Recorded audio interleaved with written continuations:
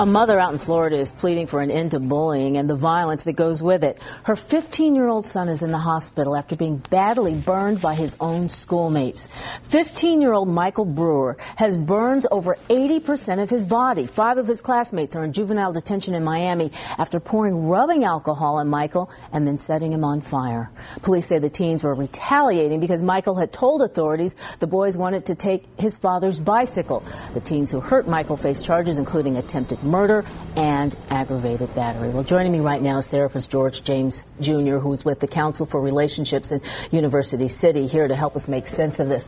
George, I mean, when I was growing up, bullying was, name calling or maybe pushing. Setting a boy on fire, this is something deeper than certainly the traditional sort of bullying that you're right. Unfortunately, bullying has been happening for a long time and still happens now. But what we're seeing is that the intensity, the severity is increasing so much more. Where it would be a fight, now it's a knife or a gun or burns. So it's so much more than what it used to be. Why do kids bully other kids? What are some of the reasons? What's the motivation? There's a few. It could be home environment, what they see at home and what they're used to. It could be social, what they see in their neighborhood, TV, video games, or they think they can get away with it, or sometimes just personality things, impulsive, feeling that violence is the best way to get through a situation. Those are some of the reasons, if not altogether, why you'll see with a bully.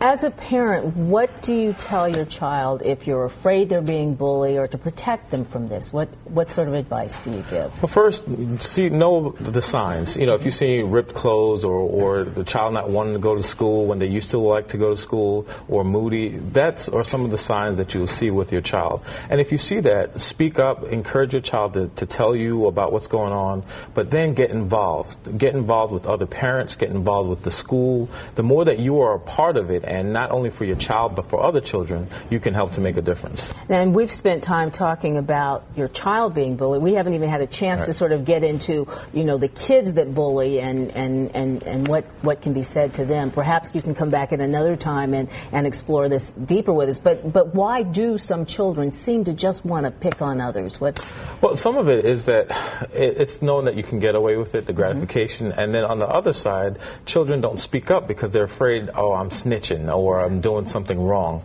But to know that it's important to speak up, and that for the bully, that's not the only way that you can get attention. That's not the only way that you can resolve the situation. But speaking up certainly is the first step. Right. And I was very sincere when I said I'd like for you to come back because there's a lot of ground that we haven't covered. I would love to. Okay. All right, George James, thanks so much for coming in and talking to us.